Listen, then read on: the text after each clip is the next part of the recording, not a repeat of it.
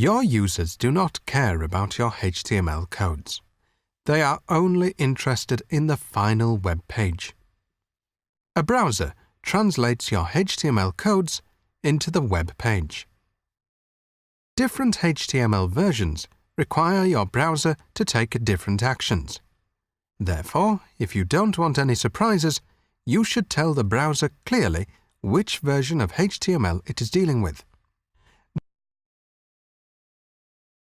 You should put your version declaration in the very first line of your HTML code.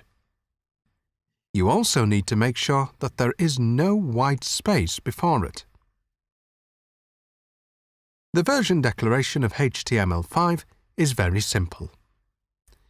You first type a set of brackets. Inside it, you put an exclamation mark, then 2 words behind it: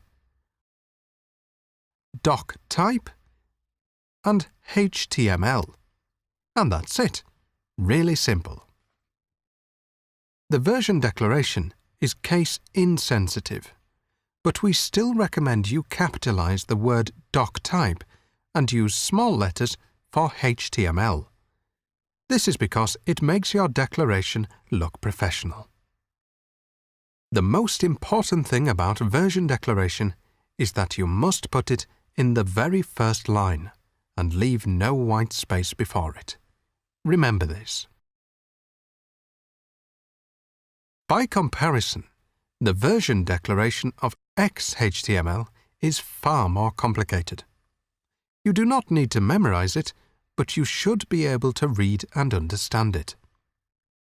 There are 2 kinds of XHTML: strict and transitional. You can get this information from the version declaration.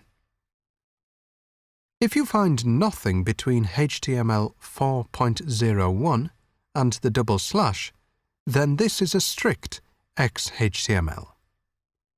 You can find that this declaration ends with strict.dtd. But if you find the word transitional between HTML 4.01 and the double slash, then this XHTML is transitional. Transitional declaration ends with loose.dtd. And that's it for the version declaration. There is no need for you to memorize the version declaration of an XHTML. You just need to be able to read it.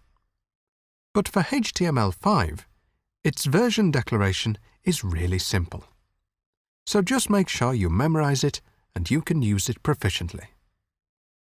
Most importantly, you must make sure the version declaration is placed in the very first line of your HTML file and you leave no white space before it.